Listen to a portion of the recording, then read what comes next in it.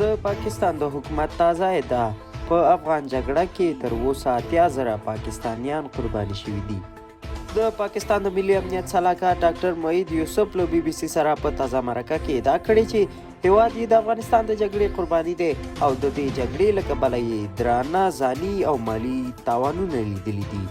د معید یوسف په وینا هیواد یې د سپټمبر د 11مې له پیښې مخکې ځانمرګي بریدونو سره نه و اشنا او د دې هر څه عامل افغانستان دی.